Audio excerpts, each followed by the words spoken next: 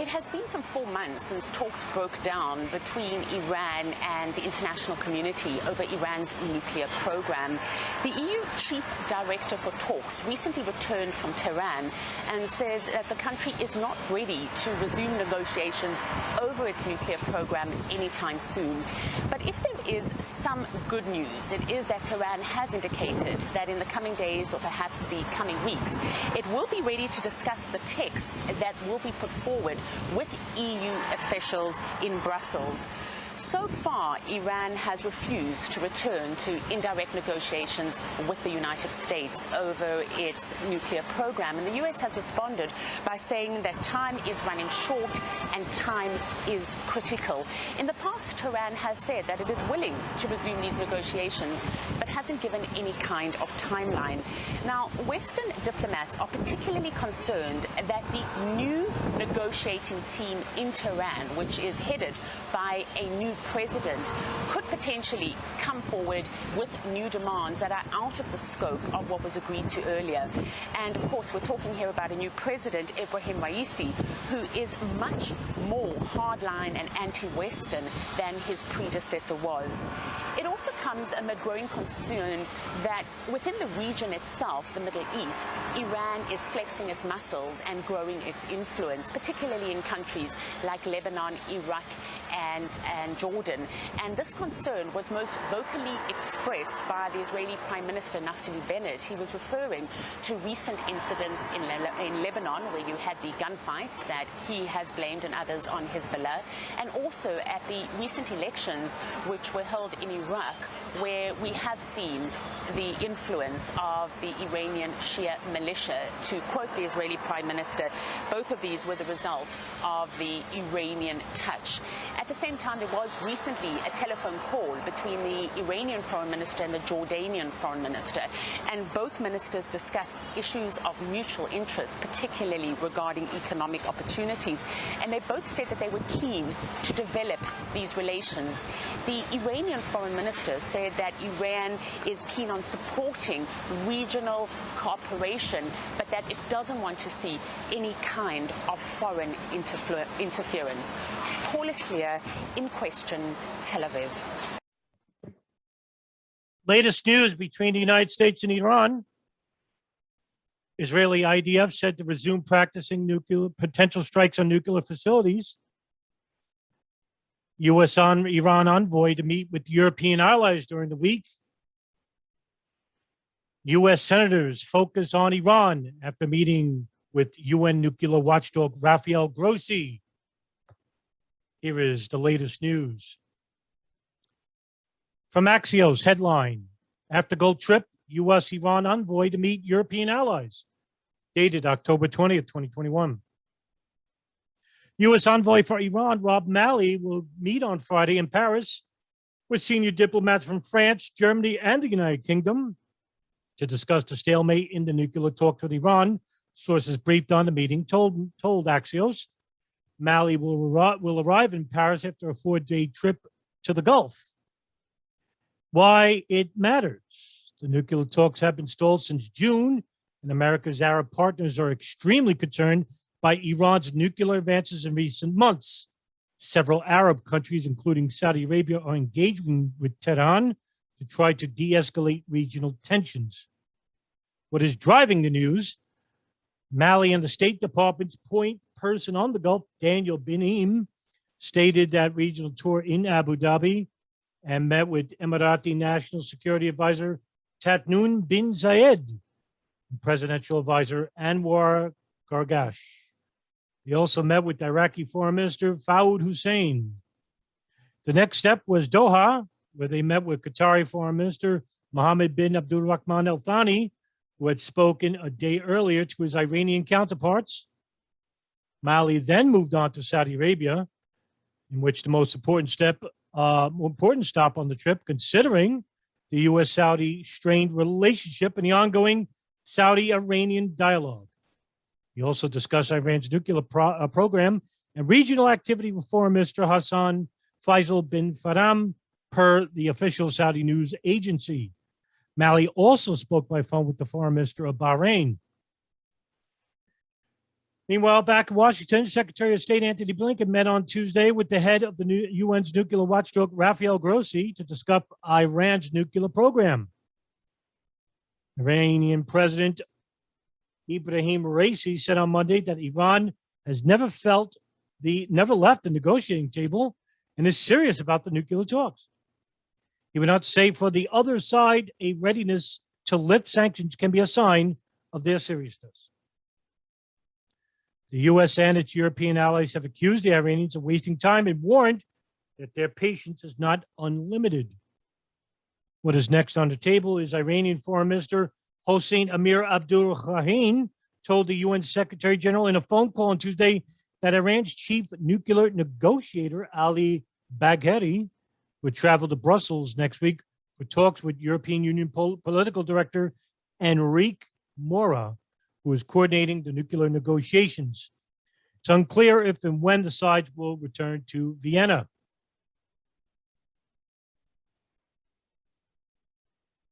The Times of Israel headliner, IDF said to resume practicing potential strike on Iranian nuclear sites, dated October 21st, 2021. The Israeli Air Force has resumed training for a possible strike on Iranian nuclear facilities, Israel television reported on Thursday. According to Channel 12 News, Israeli Defense Forces Chief of Staff Aviv Kohavi ordered that budgetary funds be set aside for drilling such a scenario after a 2-year hiatus. The network said Kohavi had also ordered that the Air Force train intensely in simulating a strike on Iran's nuclear program. The orders were reportedly given during a meeting Kohavi held at his office in recent days. The report did not cite a source, and there was no comment from military officials. On Monday, Channel 12 reported that the government planned to allocate $5 billion, which is $1.5 billion in American dollars, for an attack on Iran, with $620 million coming from the 2022 defense budget and the rest coming from the current budget. A day later, Defense Minister Benny Gantz defended the government's requested budget increase for the military, warning that the additional funds are necessary in order to prepare for a potential strike on Iranian nuclear strikes. Kohavi publicly declared in January that the IDF was preparing fresh operational plans for a potent military strike, and in August, that Iran's nuclear progress has prompted the Israeli IDF to speed up its operational plans with a fresh budget to do so. In his speech to the United Nations General Assembly last month, Prime Minister Naftali Bennett declared that Iran's nuclear program was hit a watershed moment, and so has our tolerance. Words do not stop centrifuges from spinning. We will not allow Iran to acquire a nuclear weapon. Meanwhile, U.S. President Joe Biden's administration has said it is still seeking a joint Iranian return to compliance with the 2015 nuclear deal, while acknowledging that it will not wait indefinitely for Tehran to return to the negotiating table. If it fails to do so, Secretary of State Blinken told his Israeli counterpart, Yair Lapid, earlier this month, that every option will be on the table. An apparent uptick in rhetoric after Biden told Bennett in August that Washington was willing to consider other options if the nuclear deal cannot be revived. This comes back to the United States, in which on last Tuesday, the head of the nuclear watchdog, Rafael Grossi, had met with members of the U.S. Senate Foreign Relations Committee focused on Iran. Senator Jim Roush, a Republican out of Idaho, had issued a statement after the meeting, and I'll quote, Iran continues to steadily advance its nuclear program while violating its international obligations and preventing the IAEA, the International Atomic Energy Association, from fulfilling its monitoring responsibilities. Its failure to provide credible answers to the IAEA's questions regarding its undeclared nuclear sites is unacceptable. Today, I thank Director General Grossi for his strong leadership in pursuing the IAEA's investigation into these sites and urge him to continue to press Iran until it provides all required information. information. What is happening here is that these Republicans are basically against the Biden administration's foreign policy toward Iran. And that's because Republicans have been skeptical of his diplomatic approach to Iran and have repeatedly urged not to make any concession to Iran because of their lack of cooperation with the IAEA, and it's proof that the Islamic Republic can't be trusted. And I'm going to say that this is false. In regards to Iran and the foreign policy between them and Israel and the Gulf and the United States, there has been one antagonist, and it's not Iran. Iran doesn't have nuclear weapons. And even if it did, it poses no threat to either the United States, Iran, or the Gulf, because Iran has, I believe, it's like 60 or to 100 nuclear weapons, although they're the only country that doesn't allow nuclear monitoring agencies to vet them. And this should be in violation of the nuclear agreements with the rest of the world. They're not a co-signer. The United States itself has the second most nuclear weapons in the world. So even if Iran built a nuclear weapon and used it on Israel, like say, for example, used it on Israel, it would mean their death warrant. They would not even exist anymore. So it makes no sense. And they're not a suicidal nation. Now, the Shia mullahs there are not very good in regards to having a cohesive unity with the Israeli neighbors. However, that falls short regarding the majority of the country, which has a mixture of Jews and Persians and Christians in the country. In fact, Iran is the only Arab country in the region that houses more Jews than, say, outside of Israel. The United States has, I think, a large population of Jews as well. But yeah, Iran itself, and it's all right, is a very moderate country outside of these, medieval mullah hierarchy they have there.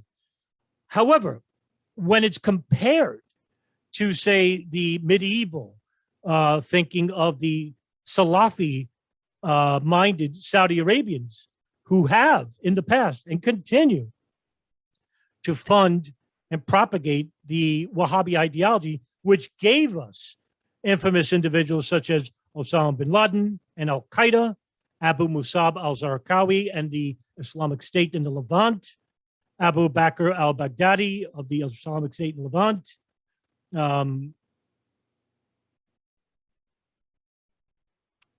Ridwan Sabudin of the who goes by Hambali, is currently in Guantanamo Bay. Gamma Islamiyah in Egypt, Egyptian Islamic Jihad in Egypt, Abu Sayyaf in the Philippines. So all these groups, they're all coming from Saudi Arabia, not coming from Iran. Meanwhile, it's the media, the legacy media, especially right-wing media. And when it comes to foreign policy, there is no right and left. CNN is also guilty of this, as well as MSNBC, in propagating a conflict against Iran, calling Iran the largest exporter of international terrorism in the world. You know who they don't say that about? They don't say that about Saudi Arabia. And let's take a look at the history. And I'm talking about recent history in the last 20 years. I bet who's been the antagonist. Let's start with 2001 to 2005. Bush administration's first term.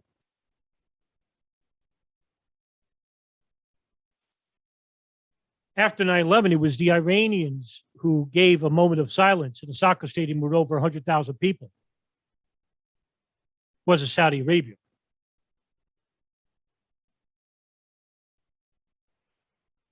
Immediately afterwards, Bush gave the Axis of Evil speech in which he said, this is 4 months after 9/11, Bush described Iran, along with North Korea and Iraq, as an axis of evil warning that the proliferation of long-range missiles developed by these countries constitute terrorism and threaten the United States. Meanwhile, it was the United States who fabricated information about Iraq and al-Qaeda and their ties to 9/11, in which we killed, along with the U.S. coalition, Great Britain, Germany, Australia, Canada, Japan, over 1.5 million. That's approximate.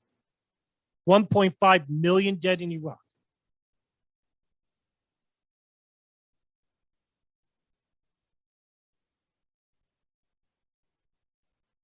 The 2003 border incursions, where several claims have been made that the U.S. had violated Iranian territorial sovereignty since 2003, including drones, soldiers, and the Party for a Free Life in Kurdistan. It was an American RQ-7 Shadow and a Hermes UAV which crashed in Iran, and legendary independent reporter Seymour Hersh stated that the United States had also been penetrating eastern Iran from Afghanistan in a hunt for underground installations developing nuclear weapons. Meanwhile, what were they doing in Afghanistan anyway? Weren't they supposed to be fighting against the war on terror?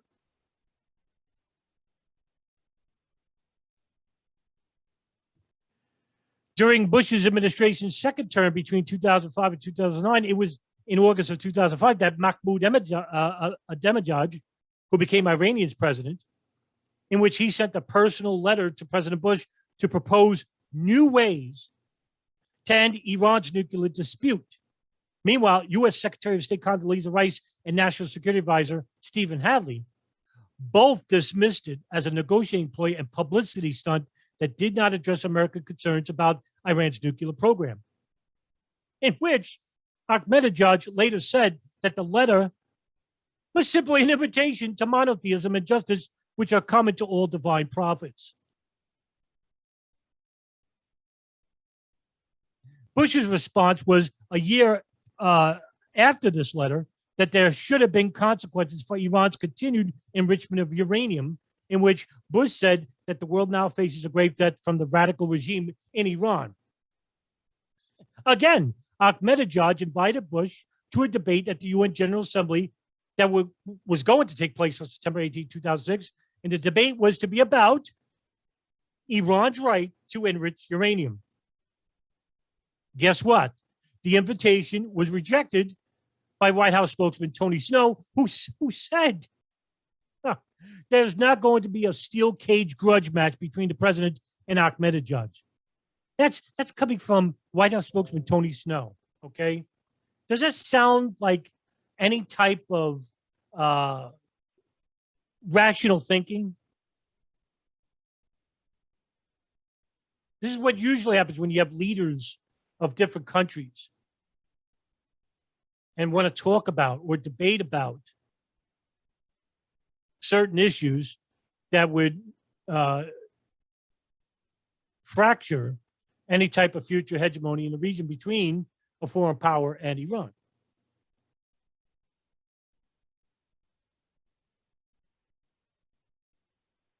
And then in June of 2005, Condoleezza Rice said that the International Atomic Energy Agency, the head of the agency, Mohammed El Baradei, should either toughen his stance on Iran or be chosen for a third term, or not be chosen for a third term, as it said. Now, is that a threat? Who is she to threaten the head of the International Atomic Energy Agency? It's not Ahmadinejad saying this. This is the United States State Department. And regardless, both the United States and Iran are parties to the Nuclear Non-Proliferation Treaty.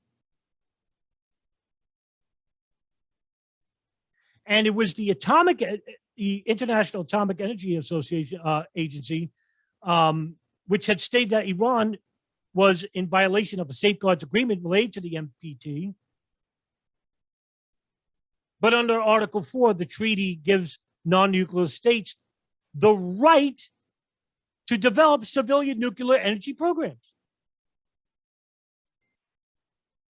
And from 2003 to 2006, tensions would mount between the U.S. and Iran, while the inspectors of the IAEA continued their monitoring of the Iranian nuclear sites.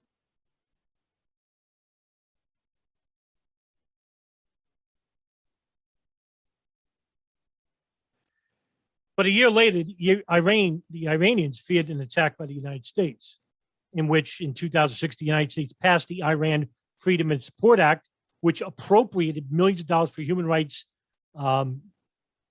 NGOs, non-government organizations working in Iran. And several politicians of both countries have claimed the act as a stepping stone to war. Meanwhile, U.S. covert operations existed in Iran in 2006. For example, in March 2006, the Party for a Free Life in Kurdistan, which is an opposition group closely linked to the Kurdistan Workers' Party, had killed 24 members of the Iranian security forces. Now, the Party for Free Life in Kurdistan, which I'm going to call PJAK in short, is linked to the Kurdistan Workers' Party, which is listed by the U.S. State Department as a foreign terrorist organization. Meanwhile, Senator Dennis Kucinich stated in April 18th of 2006 in a letter to Bush that PJAK was supported and coordinated by the U.S. since it's based in Iraq, which is under the de facto control of American military forces. And again, Seymour Hersh reported in the New Yorker in November of that year, which supported the claim, stating that the American military and the Israelis are given the group equipment, training, and targeting information in order to create internal pressures in Iran. A year later, on April 3rd, 2007, the American ABC News stated that the United States had supported Jandala, which is basically a Sunni militant organization based in Baluchistan, which is a province in southeast Iran. The Washington Times has described Jandala as a militant Islamic organization based in Baluchistan and Waziristan, Pakistan, and affiliated with Al Qaeda, which has claimed to have killed approximately 400 Iranian soldiers.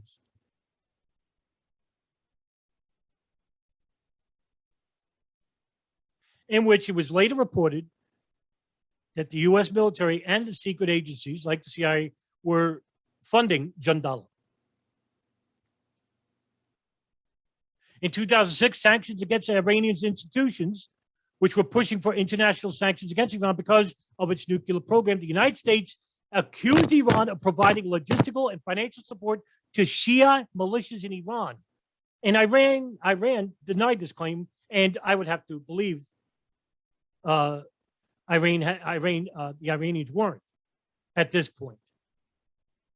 And I'll tell you why later in a bit. I got more. In 2007, U.S. forces, the Iranian consulate general located in Erbil, Iraq, and arrested 5 staff members. Russian Minister of Foreign Affairs Mikhail Kamin later said that the raid was an unacceptable violation of the Vienna Convention on Consular Relations. At a hearing in Iraq on January 11, 2007, Senator Joe Biden, who was the chairman of the Senate Foreign Relations Committee, told Condoleezza Rice that the Bush administration did not have the authority to send American troops on cross-border raids. That's going to come back and haunt them, isn't it? In 2008, New Yorker, again, Seymour Hersh detailed an American covert action plan against Iran involving the CIA, the Defense Intelligence Agency, and Special Forces, U.S. Special Forces, on covert action against Iran, in which also journalist David Ignatius of the Washington Post asserted that American covert action appears to focus on political action and the collection of intelligence rather than lethal operations. And it was Iranian commentator Ali Efka stated that the covert actions are being made public by the American government as a form of psychological warfare that was happening in the country. And around at this time as well, you had Israeli Mossad officers assassinating Iranian nuclear scientists.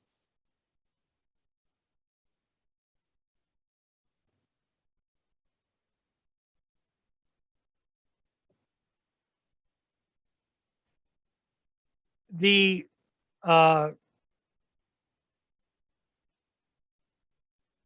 interesting incidents about Iran and the United States continues throughout the mid-1990s mid-2000s, under the Obama administration, in which on December 4th, 2011, it was an American Lockheed Martin Sentinel UAV operated by the CIA that was captured by Iranian forces near the city of Kashmir, Iran, claimed that the drone was not only flying in sovereign airspace, but was commandeered by its cyber warfare unit and safely brought to the ground. What did the United States say under the Obama administration? That it initially claimed that the drone had malfunctioned and crashed in Iranian airspace, only later to admit the drone was intact and honestly when footage of the drone was shown on Iranian television. And on November 12, 2012, it was an Iranian Su-25 fighter jet which fired on a similar MQ-1 over international waters. The United States kept sending drones.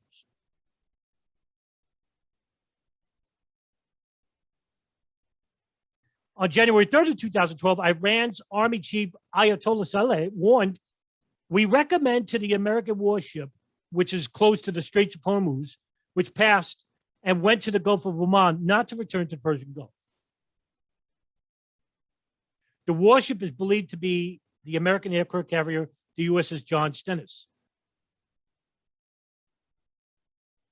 in which the U.S. Navy responded that it would continue to regularly schedule deployments in accordance with international maritime conventions.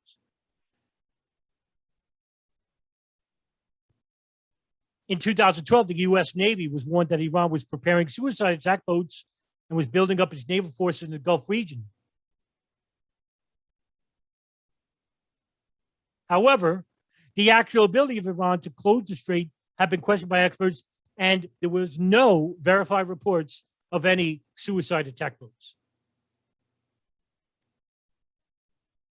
And of course, on July 14, 2015, the Joint Comprehensive Plan of Action, which was agreed upon between Iran and a group of the world powers, the United States, the United Kingdom, Russia, France, China, and Germany, and the European Union, in which the Obama administration agreed to lift sanctions on Iran that had devastated the country for years, in return for Iran's promise to give up their nuclear capabilities and allow workers from the United Nations to do facility checks whenever they please.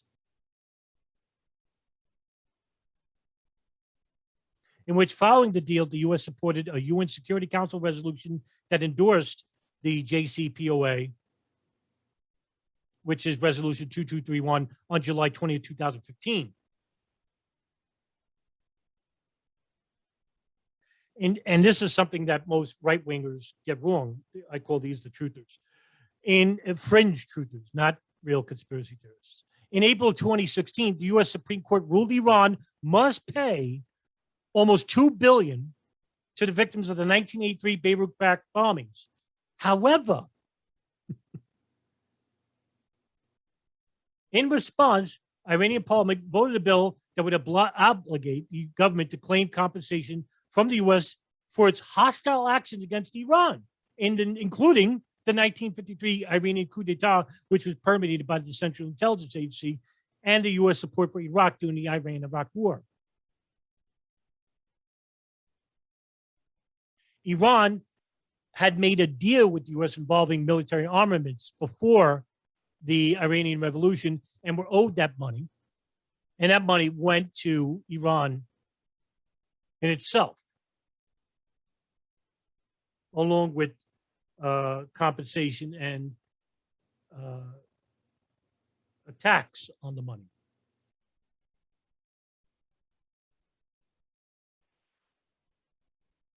Tensions begin to escalate under the Trump administration.